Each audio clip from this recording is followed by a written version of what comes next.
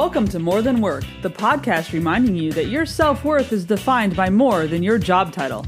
I'm Rabia, an IT project manager, comedian, nonprofit volunteer, and sometimes activist.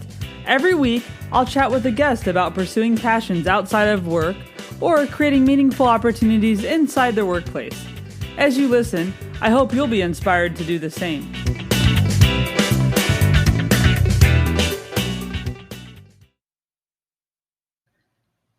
Well, thanks for joining me again this week, everyone. My guest that's on this week actually convinced me to do a cold dip into the Atlantic Ocean when it was about 55 degrees Fahrenheit or 13 degrees Celsius since I'm over in the UK. And I really didn't hate it, which is hard for me to even believe myself now. So I'm pretty giddy to introduce her. She's open water swimmer and Olympic silver medalist, Keri-anne Payne. Hey, Keri-anne, how's it going? Hi, I kind of for a second had forgotten that I made you get into the water, but I do remember your massive smile at the end of it when you got out of the water, so it was all good. Yeah, it was. I survived it. So do you want to tell people just a little bit more about yourself? Yes, you may have opened a can of worms here, but just tell me to shut up when I talk too far. But essentially, I was born in South Africa and lived there until I was 13. Both my parents were from Manchester, moved to South Africa, got a job, and worked out there for 26 years. And then we all moved back to Manchester in 2001 to be with the rest of my family, essentially. And my childhood, if I have one big memory, it's swimming. I learned how to swim when I was about 4. I swam my whole life. Competing, racing, open water, pool swimming, everything. I just absolutely loved it. And then that really kind of transferred as soon as we moved to the UK. I remember my dad, as embarrassing as it sounds now, and it was embarrassing at the time, to be honest, but my dad went around and what he said, and he actually described this as he was interviewing coaches, whether they'd be good coaches for me or not, which really isn't the way that actually works. We found a great coach in the local town, just a town next to where we lived. And that was really the start of my competitive career. I was still a junior then, but, sort of making it a lot more serious. It was just fun and I really enjoyed it as a kid. And I was a pool swimmer, so raced mainly in the swimming pool, and then had a couple of bad years really with that. It wasn't something that I was enjoying very much anymore. Just missed out on competitions, came fourth at a pretty big competition that I should have medaled in, and I just wasn't enjoying it, basically. I was about 16, 17, my body was changing, school was becoming a bit more intense, and I was realizing, I guess, that I was missing out on things like parties and, I don't know, standing on street corners and in like dark parks and stuff, which is apparently what all my friends were doing. And I thought, actually, I just wasn't really sure at the time if it was for me anymore. But at that time, my coach kind of cleverly gave me an option and said, look, I can't really deal with you being this person anymore, because I'd gone from being kind of really happy and to just being really moody and crying and not wanting to train. And he was like, it's not good for the squad. It's not good for you. It's not good for me. So there's an option to completely change events. So what you can do is you can go to Sheffield and do a 400 individual medley, which is 2 strokes, 2 lengths of each stroke back to back. Mm-hmm. Or you can go out to Australia and you can do a 10K. And I mean, I'm pretty sure everyone would probably go for the same option that I did, which was I'm going to Australia. Basically, I didn't even hear the 10K bit. I was like, option B, thank you. I'll take B. So went out to Australia, did this 10K, and I essentially qualified for our trials for the Olympics, essentially. It just really started from there. It was just this amazing opportunity to try something different. I must admit at the time I was a little bit reluctant because I'd gone from swimming in a pool, which was nice and clean, and there was a lane to myself, and it was 8.5 minutes long, my race, all of a sudden to swimming in the sea with jellyfish, 25 to 40 other girls all trying to swim over the top of me to get to the same place. And I couldn't see where I was going either because there was no black line to follow. And I just thought at the beginning, it was a bit like, I'm really glad I'm in Australia.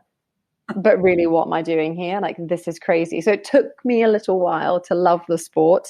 But what I do really love about it is being out in the open water and the outdoors, and the perspective that you get is different. And it's not clinical like swimming pool can be. Swimming pools are the same everywhere you go. Ultimately, they're the same. They just look a bit different. The water's the same, the length is the same. The people in the fast lane are the same. The people in the slow lane are the same. Like, it's the same issues wherever you go. But the open water is so different.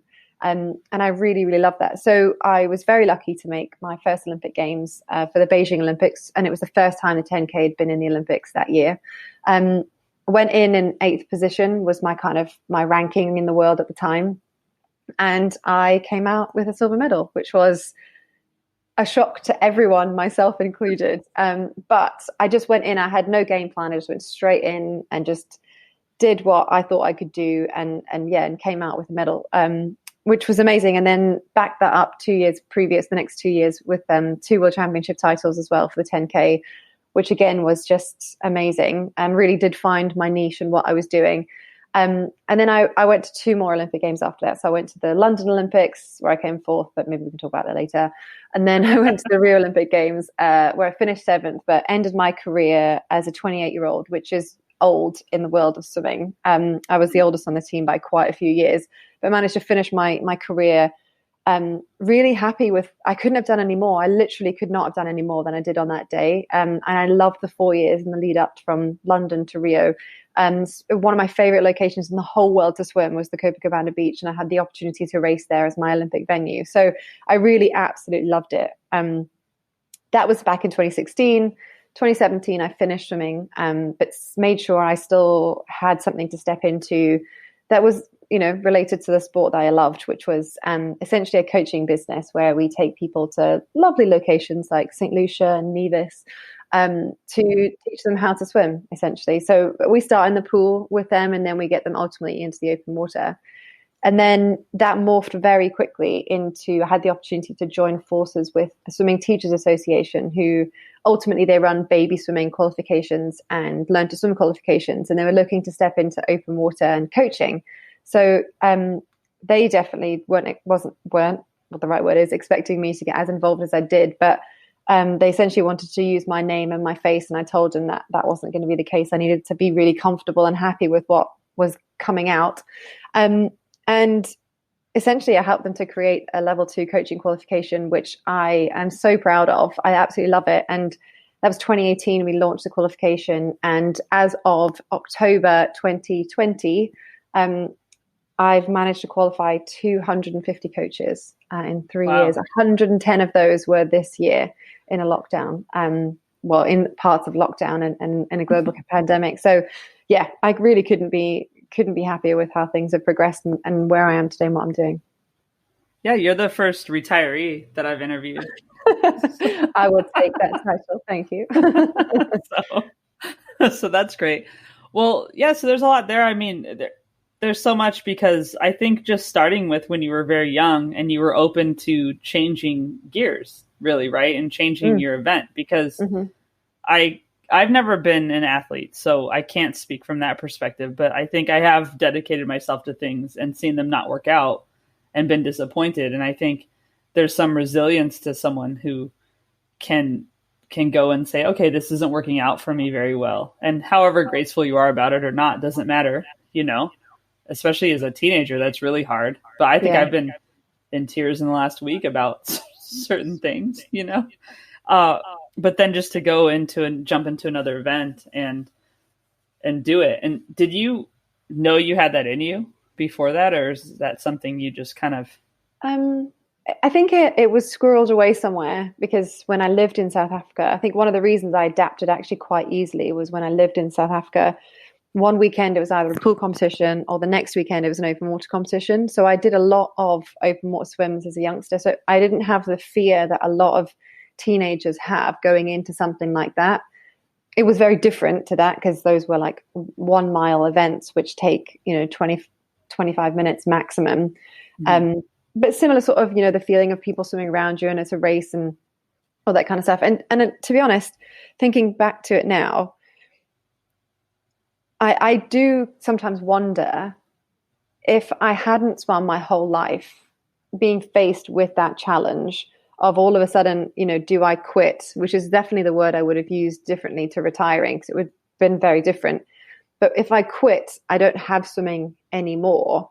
But if I change this thing, I'm still within the sport that I know. So it kind of felt comfortable to start with,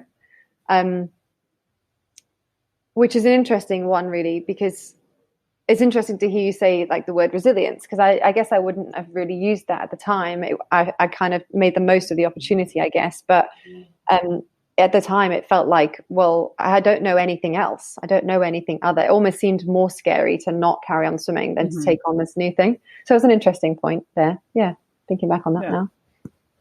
Yeah, well, and just the opportunity to do that and then to see where you went with the open water swimming. One thing I want to go to really quick, just back to our cold dipping experience. Can you explain what cold dipping is and the benefits of it? Because I think a lot of people heard me say that and they're wondering, were you clothed? Yes, we were. Swimsuited up. Yeah, of course we were swimsuited up.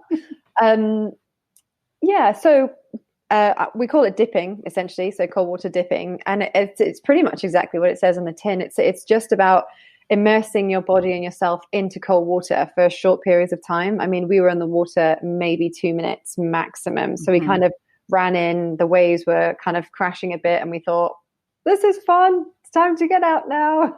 We ran back out because I was very aware that obviously you guys were new, and I managed to drag along someone else to join me as well.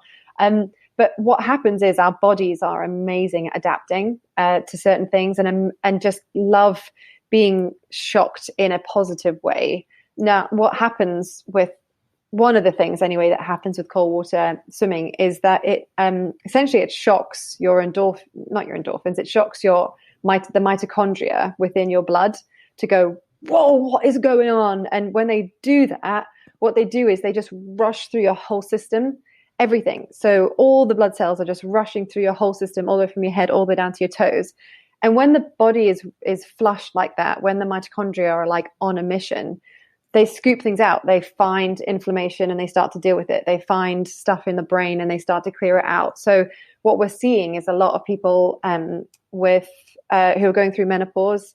It really helps them to help regulate their bodies and all that kind of stuff. People with mental health problems and issues, it's really helping them as well with depression, anxiety, all that kind of stuff. Because it's also about joining a community, which really helps the same thing. So we'd never recommend doing it on your own. And actually, we felt like a little crew running in and then running back out.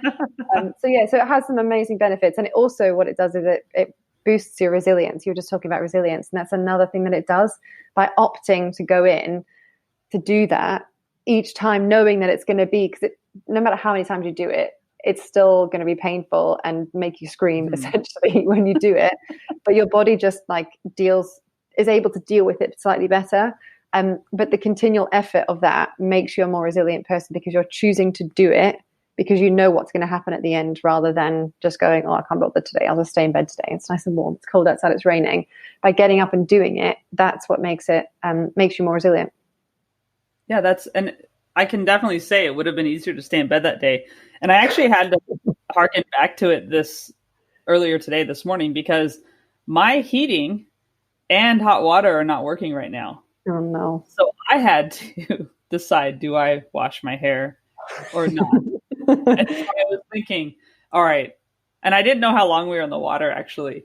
I was trying to remember, thinking about this interview, but then also just thinking about it for the shower thing. I was like, okay, I did this once. I can do it again. But I'm not sure if the water's actually a little bit colder now in my flat. But yeah. It probably is. And I think I have to do it tomorrow. So I guess I'll be building my resilience. Exactly. When you step in there, you go, this better be good resilience. Yeah, this better do something. The mitochondria better be in action. Yeah, they will, for sure. So when you look at your role in coaching right now, so because you actually coach and you qualify coaches, right? Yeah. Okay, so when you look at your role as a coach right now, what are you bringing, I guess, from your experiences with other coaches? Do you have any qualities that you maybe got from them that you think are really great that you apply now? It's sort of a combination of both what I do take from them and what I don't take from them, I guess. So because swimming is such a young sport, you do it, from a kid, learn to swim, then you get into swimming clubs and you're doing it before school and after school. So it is kind of that school age is where a lot of stuff is kind of built. And those coaches that coach those ages essentially are what I would actually call trainers. So here's the session. I've written the session. It's on here. It says this, this, this, and this. Ready, steady, go. I'm going to time you to do it. Whereas when you get a bit older, and even I would even say when you're that young, like there was never really an athlete-led approach. It wasn't encouraged essentially to be an athlete-led. So I think this would be the best thing for me to do. Why don't we try this? Or what have we thought about this? Or how can this work? It was just a case of, I'm going to turn up on a Monday morning. My coach is going to tell me what to do. He's going to tell me what to do the next day and the next day and the next day. And I'm just going to do it because it's worked in the past. It made me an Olympic silver medalist, double world champion. Why fix something that's not broken? But when I found myself, which I guess now brings us back to London, I found myself on that race, probably the biggest competition of my whole life. And I found myself in a position where I made an error, just a rookie error. It happens sometimes it doesn't. It's been on the both receiving end, good and bad of that before. But it wasn't just the error that I made, that it was the one thing. But what I did from that point was I found myself in the position I absolutely dreaded being in and never prepared for, because I hated the thought of being in the middle of a pack so much that I just never put myself there before. So thinking back, that was the most important competition of my whole life. How was I not fully prepared for all of that? Why did I not think that that would ever happen? And why did I not train and prepare my body and my mind to deal with that? I trained my body every single day. I trained in the gym. Like, why did I not train my mind to be comfortable with that? And that really, so when I think back to that, that was a really big moment for me where I get really angry, but only with myself, really, because I just never took responsibility. And then I moved coaches from the coach that I had for 9 years in Manchester up to Edinburgh. My husband got a job up there, so I moved up to Edinburgh. I was unsure if I wanted to carry on swimming. Coming fourth at home Olympics, I can guarantee really sucks. But it's, by 0.4 of a second as well. So it was a really close one. It was a tough one. And it was my own fault because I made an error. And anyway, moving on. I wasn't sure if I wanted to carry on swimming or not. And again, I kind of felt I was like a bit in that crossroads sort of section. But I remember sitting down for coffee with, there was two coaches in Edinburgh. One was part of the university program, which seemed really like the sell was great. Like, you don't have to pay much to join us, and you're going to get this, and you've got this pool and that pool, and we can really, tailor the program to what you need and all that sort of stuff. And then the second coach, which was the lady called Laurel Bailey, and she was the head coach of an age group program. Now, bearing in mind at the time I was 24, and an age group program is pretty much like 18 and under. There's quite a big age gap, and most of them were 16, 17, still in school. So I was already a little bit like, I'm not really too sure, but I'll see what she says and we'll go for it. Anyway, and the first thing she said was, look, you're an adult. You know your body better than I know your body. So what is it that you need? What do you need to make you one of the best swimmers in the world? And I was like, don't know. And I almost like got up and walked out saying, thank you very much for your time. This isn't for me. But actually, on reflection after that, it was quite a breath of fresh air. So what I do now, what I take now from the different styles of coaching that I have is how empowering it is to have an athlete lead their program. Now, that's not for me to say, if the athlete goes, so what is it that you want to do today? And they go, just 2 lengths and get out, go home. Fine. Like, if that's what you think is going to benefit you, then do that. But do you think it will ultimately benefit you in the long run? It's not about that. It's about I'm guiding someone through a journey and a process. But what we do know is that we're far better at learning when we do it rather than we're told what to do, especially with what I'm doing now, which is coaching adults. A lot of them are new swimmers or learn how to swim as kids, taking many years out, and then all of a sudden getting back into it now. They're trying to remember everything. So it's not about me saying, do this with your hand, do this with your elbow, breathe here. I can do that, and I would get through probably triple the amount of people that I normally do get through in the amount of time that I normally do get through. But for me, that's not important. It's not about me feeling good at the end of it. It's about making sure that the swimmer, the athlete that I have, they become the best version of themselves by them learning. Because ultimately, I'm not going to be there with them all the time, and the only way that they're going to remember how to do it properly is if they do it themselves. So that's kind of where I take my coaching to. Yeah, I actually took swimming lessons about 5 years ago when I was living in New York because I was having knee surgery. And one of the things was, you should really swim. First of all, don't run, which no problem, I won't. That's I never had a desire, but the water was considered to be the best thing for me in swimming. And I wouldn't say I was afraid of the water. I don't have that issue, but I was afraid to breathe, like turning my head. And I had to go at this is maybe a little more than 5 years ago, but in my mid 30s, to someone who was about 22 and say, I don't know how to swim, Yeah. And she was great. I mean, she really helped me, but I think her approach was probably similar to yours. Like, what do you want to get out of this? Versus, and so we did the whole thing where I sat and blew bubbles in the water for a while. I mean, amazing. At Equinox Gym, which is crazy because it's like this fancy gym in New York. So now people are swimming like crazy and I'm like blowing bubbles. It's an important part of it, though. Definitely. I mean, there are so many people that are like that are like you and have taken time, learned how to swim as a kid, and they've just forgotten how to do it. And what happens when we get older as adults is we become more scared. We have more fears, and that's true of everything, not just swimming. Meeting people, making friends, meeting partners, all that sort of stuff. We become more scared as we get older, coupled with the fact that our brains are constantly scanning for catastrophe and everything that we do, everywhere that we go, and the brain's constantly going, well, there you go. Totally proved my point. Whether you're on a date and it goes awfully and you're like, there you go, prove the point. So that's it, done, finished. But then when you add those things into an alien environment like the water, which you're fighting caveman instincts. Like, we're not designed to be in the water. We're designed to be on land so we can get constant access to oxygen. Thank you very much. As soon as you add water into the mix, the brain goes, no, nope, not happy with this. And essentially, the only way to get through that process is by having some coaching, whether that's you coaching yourself through online stuff or whether that's someone helping you in order to do that. That is true. I didn't think about that, how we're not really even made to be in there.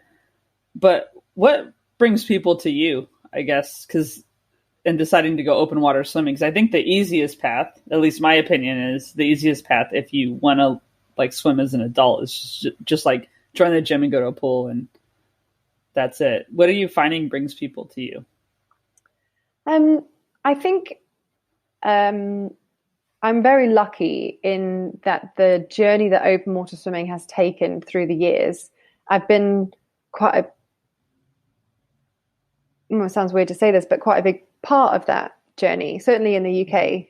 So as I was saying earlier, Beijing, the first time that the 10K had been in the Olympic Games was for the Beijing Olympics. And we came home as a country with 3 medals. So of the 6 medals on offer, we came home with half of those medals, 1 in the men and 2 in the female. And I can't tell you how many people said, because it was in Beijing time, in the UK it was like 3 a.m. And how many people said that they sat up and watched it and they found it exciting and they couldn't believe that they'd watched every minute of a 2-hour swim. I was bored swimming it. I wasn't actually, but, you can easily get away with that. But, and people were watching it. And so what we got from Beijing through to London was people understanding it, people seeing it, because pre-Beijing, the only people that ever did open water swimming or that you heard of was like some crazy person that's found the channel. Oh, somebody such and such did the channel swim. Oh my God, they're totally crazy doing stuff in the open water. It's far too cold. It's not for me. To all of a sudden going, oh, did you see that? Maybe there is. And then more events came on board and more places were doing shorter events like mile swims and half-mile swims in beautiful locations. And then, then more and more came. And then we went through to London Olympic Games. And then not only was the 10K in that, but it was a free event as well. So it was in the Serpentine in Hyde Park. There were 30,000 people. So one of my proudest moments of my whole career was that race. Although I came fourth and it's a heartbreaking moment, there was 30,000 people that came to watch in person standing around Hyde Park. Like, the noise was outrageous. I could physically hear people shouting Keri-anne in the water with my ears full of water. I could hear them. And that's not something that you can normally hear. So it was just amazing. And then again, so the backup from Beijing saying, I watched it, wasn't it cool? Maybe I'll try it. To all of a sudden people going, and it does fill me with pride when people say that you inspired me to take on open water swimming. And I think what's happened through that bit is through some videos and through kind of showcasing that anyone can do it, and that you don't have to be a good swimmer to come for a session with me. I really love the beginner adults who can't do it or are scared of it or want to take the transition from pool to open water. So yeah, I think there's kind of sometimes there's two people. One is that the people are like, I really want to learn how to do it now, and I want you to be the one to help me to do that. And then there's the other pocket, which is the kind of the endless income triathletes, I guess, who they just want to learn. And I'm based in London, so it's definitely easier to access more because there's tons of pools in London, easy to access pools around here. And the people that are working in, the city can make it across for an hour's lunch break session. So I guess there's a combination of those two types of people that we're finding. So then when you think about your role in qualifying coaches and teaching them, is there a different mindset you approach them with when you're teaching them how to basically coach? I mean, and I don't know enough about, I guess, coaching in this athletic part. I think more of like leadership coaching, but I feel like there has to be some similarities with it. Yeah, totally. Right? Totally. For me, it's about making sure that first of all, and as quickly as possible when I do a course, I can establish an environment where everyone feels safe. Everyone feels safe to ask questions. They feel safe to challenge. They feel safe to say, like, I'm scared of this, or I'm worried about that, or challenge things in a positive way. So I do a huge amount of work right at the beginning, trying to make sure I can create that environment. And then I use that quite a lot as we go through. So what I, try and get my coaches to think about is the environment that they can create for a swimmer to help them. And then we talk a lot about all the different types of coaches, from the motivational coaches to the technical coaches to the directive coaches, through to ultimately what we're aiming for them to be, which is a facilitative coach, which is about kind of making sure it's more of an athlete-led collaborative approach.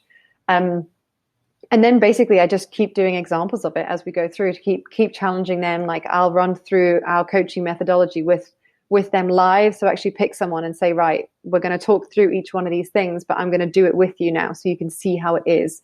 And again, just creating the opportunity for people to ask questions and challenge and get the information in. And for me, it's about, my mission is to empower the world to swim outdoors.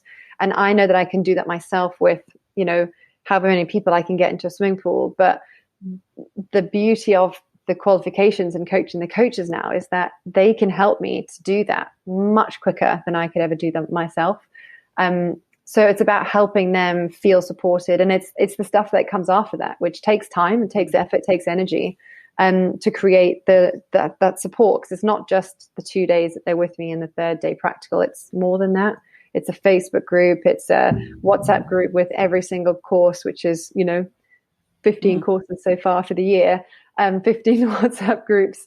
It's, all that kind of stuff, but I love it because they're all connecting and communicating, and there's not an expectation for me to mention everyone and to talk to everyone all the time. But if there was something, I think I'd hope that they all would feel comfortable to come to me and ask for that. And I think the other thing I've had to learn how to do with this is, my very first course, I was really worried about being a 28-year-old, 29-year-old standing in front of people who were 40, 45, 50 and saying, I'm the teacher, you have to listen to me. And I'm so glad that I had like a pep talk from my business coaching husband to say, it's not about you, Keri-anne. Take your ego out of the equation. It's about them learning. So what you should start with is, or what do you think you can start with? And essentially it started with, I am up here. I have some knowledge, but I'm going to learn from you guys as much as you're going to learn from me. And let's make sure that there's this collaborative approach. And that made a massive difference. And then it's gaining that confidence. So if you know your stuff and you know your stuff, but we always have this like fear of failure or doing it wrong or upsetting someone. But as soon as you can let go of that and you go, you know what? I am a great tutor. I know I'm a great tutor because all the feedback says that.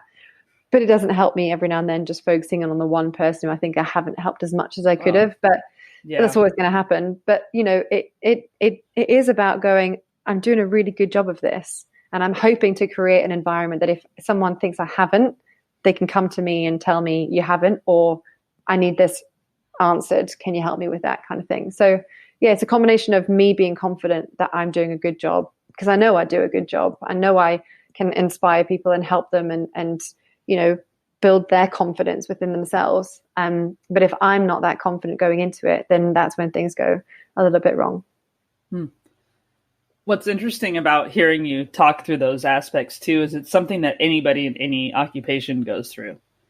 And I think too, the fact that you're kind of your boss at this point, and you have people that you're serving, which are these people that you're teaching, maybe changes things a little bit, but not too much. One reason I created this podcast, and one reason I talk to people about these things, is just because I've gone through it so many times where I lost all of my confidence because of feedback from someone, or being told so many times that I wasn't doing things well, and it was just work, and it was usually just a project or just something dumb like a bug in an app, which every app has bugs anyway, right? So but yeah, just listening to you talk through that, I think it's important, and people will pick up on the importance of reminding yourself of what you're good at, and reminding yourself that you're good at whatever you're doing, whatever that is. And yeah, even sometimes telling yourself you're the best, totally. Sometimes spending 95% of my time when I deliver courses going, I am the best person. You've come to the right place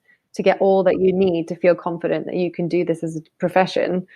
Spending 95% of my time in that mind frame, I know is going to deliver a better product ultimately for the coaches than me spending 50% of my time in either one. And there's always a time where I say the wrong thing, or I'm worried about the wrong name, or someone's met me before and I've forgotten or something like that, and it really throws me, and I'm like, oh yeah, of course we met before. I think back to that, and just little bits and pieces, and that kind of stuff. And but I just, if someone kind of at the point now, I guess, where if someone's not interested, then they're not interested. There's nothing I can do about it. But just focus on the other 8 that are there that are really super keen and interested, and see where it goes. Yeah, and just giving them your best, because that's what that's all they're asking for in a way. Yeah. It's just your best foot, right? Yeah, absolutely. So as far as looking at you as a coach, and then also like coaching coaches and qualifying them, then you have this other aspect that you mentioned earlier where you do like retreats in fun places. So can you talk a little bit about that? Yeah, so it stemmed from myself and my husband having a conversation. So he was a swimmer as well, went to the Athens, Beijing, and the London Olympics, and he retired after London. We moved to Edinburgh. I carried on swimming for 4 years, and he got a job up there working for someone. And I was still traveling the world, meeting people, like just enjoying the life of an athlete, essentially. And not that he wasn't enjoying work, he was, but he just didn't get to travel as much. We didn't get to spend as much time together as we normally would like to. So ultimately, that's where that part of my business, Triscape, came from. It was about taking people, it was about spending time together, traveling the world, going to nice places and helping people learn how to swim. And that's really where it started from. And it started at a place in St. Lucia called the Body Holiday, where we went out, and there wasn't any pressure to do any coaching at the time. It was just about going out and being an athlete that had gone out there. We were running Beach Fit in the morning, but we could offer one-to-ones. And we were there for 2 weeks. And the first week I did 4 one-to-ones with guests. And it just took people a little bit of time to see what we were doing and how I delivered things, because the second week I had 20 one-to-ones in the second week. So it'd gone from 4 to 20. And we thought, actually, we can do this. We can make a business out of it. So we joined forces with the Body Holiday to create Swim Fit, which is a package we run every November, apart from this November gone, but I'm sure everyone can understand that. So we do, and then the next year that we went, I think the next year I was there for 3 weeks, or maybe it was the year after that. Anyway, I think it was 2 weeks. Sorry. So the next year we went for 2 weeks again to run the Swim Fit. So we did a program as well as just one-to-ones with guests that were already on holiday. And in total, I did 60. Over 2 weeks, I did 60 one-to-ones, as well as extra people on top of that doing the full package. And it's just grown and grown. And now we've had people come back time and time again, and we've had to create a new package to make it more interesting for the people that have come back again. And we've helped them to put on a 1 mile sea swim out there. And yeah, it's just great. It works really well. That resort specifically hones itself well for what we do and how we do things. And then the other resort that we go out to is a place in Nevis. So St. Kitts and Nevis are 2 Caribbean islands close together. And it's a much slower paced island, a much slower paced retreat, but still fun and exciting nevertheless. And then we're hoping this year, be our first year going to a new, well, next year now, but it'll be a new venue, which looks like the Caribbean, but it's not. It's the Isles of Scilly. So they're just off the coast of Cornwall. And they look incredible, like white sand, palm trees, crystal clear turquoise water, but a bit colder. So we're aiming for that to kind of be our first introduction to cold water swimming, which we're hoping to do in October, but didn't happen this year, unfortunately. But hopefully that'll happen next year again. So yeah, we're aiming for the beautiful looking places, basically, whether they're warm or cold. Yeah, you might as well. If you can set up shop anywhere there's water, really, you might as well pick those places. Yeah. What's the ideal conditions for you for open water swimming? Like, do you like when it's cold, or do you like when it's a little bit more warm? I definitely prefer being able to swim in a bikini chasing sea turtles. That's pretty much my ideal scenario. So nice and calm. Although I do love waves. Like, I love the waves, the big waves, the rolling waves. They're my favorite. But I guess my spirit animal, or whatever you want to call it, it's a sea turtle. So any chance I get time to swim with those guys, so we've been to Barbados on a holiday, and we did a little bit of work out there as well. And they were just everywhere. So it was really warm water, really crystal clear, and we could just see sea turtles. So that was probably my most ideal scenario. That's the best. And when you were competing, was it, I guess, warmer helped, right? I would imagine. Warmer helped, definitely. And I loved the waves. So if we could have a really rough conditions were my favorite. For me, I love roller coasters and all that sort of stuff. So also part of it was knowing that not many people do enjoy those conditions. So standing on the start pontoon, it's that confidence thing again, going, I know every single one of you hate this, but I love it. I cannot wait. And going, oh, I'm so excited to go. And they're all like, what do you mean you're excited? Look at the waves, they're breaking. And I'm like, yeah, I'll be riding them. Thank you. As I go through. And I knew that really tactically, I knew it was messing with people's heads, being a little bit concerned and worried about the waves. But for me, it was a strength. I loved it. I knew how to swim in them. I didn't mind the chop. So racing conditions for me were definitely wavy. Yeah. So now I can see that you just kind of said, okay, now I don't need that challenge. I don't need that challenge. Definitely not. You've already been there, done that. Yeah. What's the most rewarding thing that's happened in your second career, like in the coaching aspect? What's been the most rewarding thing for you? I got an email actually from one of the coaches who did my first course this year in lockdown. And she did it because we were in lockdown, essentially, April time. And I didn't get an email from her. I got an email from her husband, which I thought was just her sending an email via her husband's email address. Anyway, it was an email from her husband just saying, I wish I could remember it now off the top of my head, but it said, I just wanted to take a moment to thank you for everything that you've done for my wife. She's called Kiki, and we knew that there was something in there with swimming, but even she didn't, and even I didn't realize how much of an impact it would have on the rest of her life and everything that we do now, and how much more confident she is, how much more excited she is about what she's doing. And I just couldn't not say thank you for that. So I just wanted to, from my perspective as a husband of someone that's done this, thank you for everything that you've done. And I was like, whoa, like, it's not even a message from her to say that, although she did obviously say that to me, but to have that from someone else within her life, for me is amazing, because it's empowering not just her to help other people, but it's empowering her to do something that she really loves. And I've got, 5 or 6 other people throughout the whole year that I know have had very similar experiences. And I was just speaking to one of them today. And it fills me with so much pride to know that I've been a small part of what will ultimately be the rest of their open water swimming journey. whether that's just for their learning to do open water swimming more efficiently, or creating a business, changing careers. The lady I was talking to today is trying to change careers and go from what she was doing to just being to being an open water coach now. And the amazing thing is that's an opportunity for people. It really is an opportunity to earn a really good living, coaching people in the open water and you're outdoors, doing something that they love. So those moments for me are really like incredibly fulfilling. Yeah, just having the actual feedback and knowing, kind of reaffirming those self-affirmations you have to give yourself. Cool. Do you have any advice or a mantra that you end up imparting on other people, or that was imparted on you at some point that you want to share? I guess it's something that I've learned throughout my time, which I think can be through my time of swimming, but I think actually can be related a lot to life. And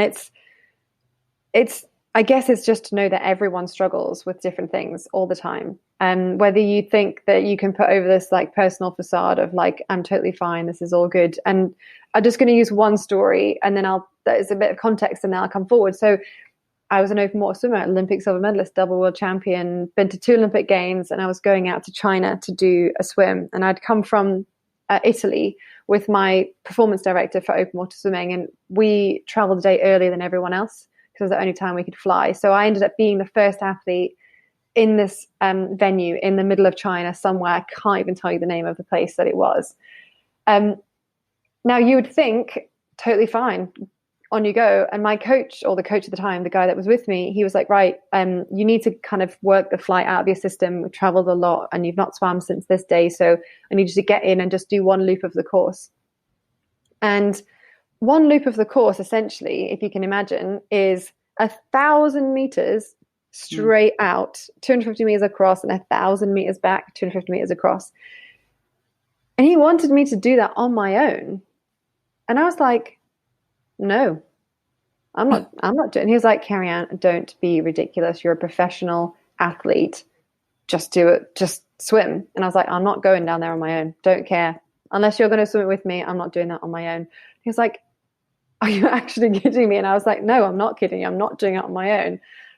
So he was like, right, what can you do then? So I was like, I'll swim in this 250 meter loop here where you can see me and I can see the ends and I can get out. And essentially I knew why I didn't want to swim on my own, because I, as an Olympic medalist, have those jaws moments. And I knew that I was going to be really worried about something eating me at some point, which is the most ridiculous thing, because they wouldn't have put on a swim if anybody had been eaten by anything in the lake anywhere. They put on swims in the sea and people get eaten by sharks, and they still put on events. So it's like ridiculous. And obviously I know that no sharks can be in a lake, but it's just one of the things that I have to deal with.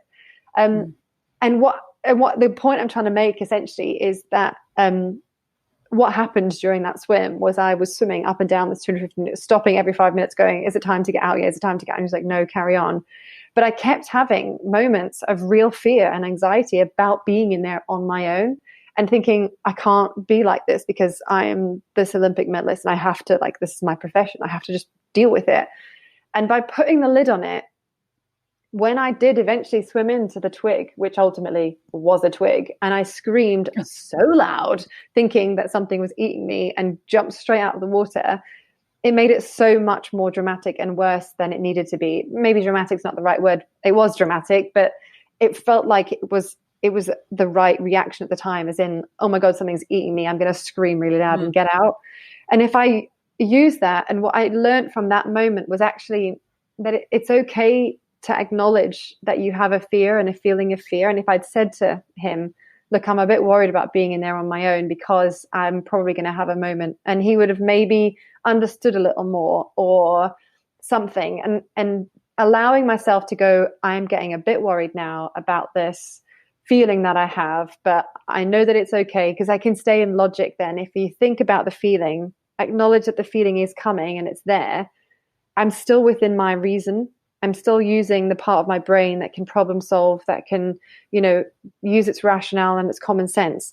If you just kind of try and suppress it and not even let it think about it, what happens is that eventually it fully consumes you and you head straight to caveman instincts again, where you just lose, you go fight or flight. And I guess what I'm trying to say to that and trying to impart onto other people is if you do find that you're a bit anxious or whatever, and you find, you feel like something's coming up, acknowledge it while you still can. Acknowledge that it's coming, and it's okay for those feelings to come because they're coming for a reason. And then do what you can about it, rather than just trying to suppress it and suppress it and suppress it. Because the more you suppress, the more likelihood it is for things to explode. And it's okay. It's okay to have these feelings. They might not be nice feelings, but it's okay to have them. And that's something I definitely learned going out throughout the rest of my swimming career, was when anxiety came from races and competitions and all that sort of stuff. It was like, I'm nervous. I'm really nervous. Oh my God, I'm really nervous. But that's a really good thing. I know that's a good thing because my body needs these nerves in order to get ready to perform. Great. Bring it on. Rather than, oh my God, I'm nervous, I'm going to be sick. Oh my God, I'm really nervous, I'm going to be sick. I'm going to be sick. I'm not nervous. Don't think about it. And yeah, I've definitely used that a lot more throughout my life now than I appreciated really using it as a swimmer. Mm-hmm.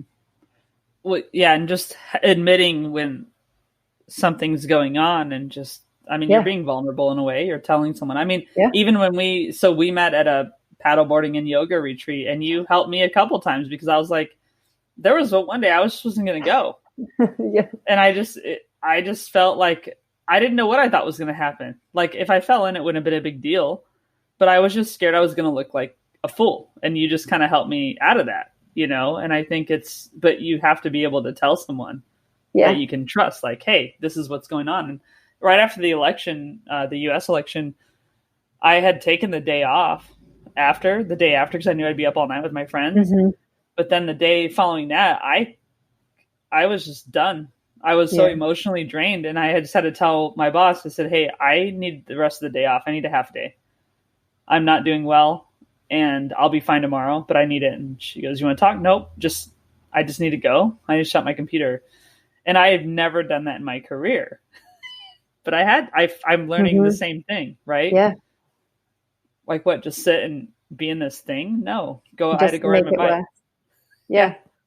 Oh, that's amazing. To be able to say that and to do that, and also to find, and people are a lot more understanding of things. So having a boss and someone that can go, are you okay? Can I help you? But yeah, sure, go for it. It definitely helps, and it makes a lot of benefit through that.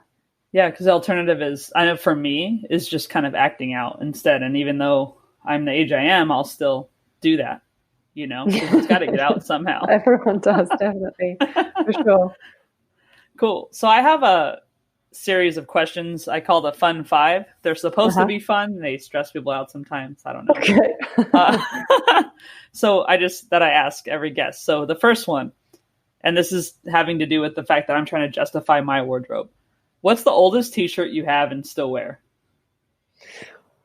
Ooh, actually, it's not a t-shirt, but it's more of a vest. Is that allowed? Sure. Perfect. It was just a black vest that I bought from H&M, and it's in their basics range, and it's probably about 6 years old, and I absolutely love it. And it's just got a little hole in the back, and I'm just wondering how much longer I can get away with it because I love it. Perfect. So a lot of people have said that 2020 is a lot like Groundhog's Day because every day just seems the same. Mm-hmm. So in the movie, Bill Murray woke up every day to I Got You, Babe. That was the song that came on his clock radio. If it was really like Groundhog's Day this year and you had the same song playing every time you woke up, every morning off your alarm clock, what song would it be? Well, I think I'm probably cheating a little bit in this because I have a 2-year-old, and for the most part of the first part of lockdown, she was obsessed with Moana. So basically we had the Moana soundtrack literally just playing in the back of my ear. So it would probably be You're Welcome from the Moana cast and crew, which is sung by The Rock, which makes it even better. So every morning The Rock would sing a song to me. So it's great. And that song's fun, actually. It is fun. I love it. Yeah, I do try and sing it to her now as well, even the rap bit. Nice. You learn it for sure. Yeah. This one's very important. So coffee or tea or neither? Coffee. All day. Not all day, but at least 3 in the morning. Coffee. Nice. Do you put anything in your coffee or just black? I am definitely like a latte girl. We have a a coffee machine that makes good coffee. So yeah. Nice. Perfect. Do you remember when the last time you laughed so hard you cried was, or just you couldn't stop, and like what it was? Oh, good question. I'm not sure I can remember the actual date of something, which is probably to do with the year that we've had, I think, but also potentially the crossroads that I'm at in my life at the moment, which is I definitely need to laugh more. I know we laughed a lot on our retreat, and I really, really did love that so much. We laughed so much on that. We probably definitely laughed actually at one point that we couldn't stop laughing. We did at dinner, I think. That was pretty.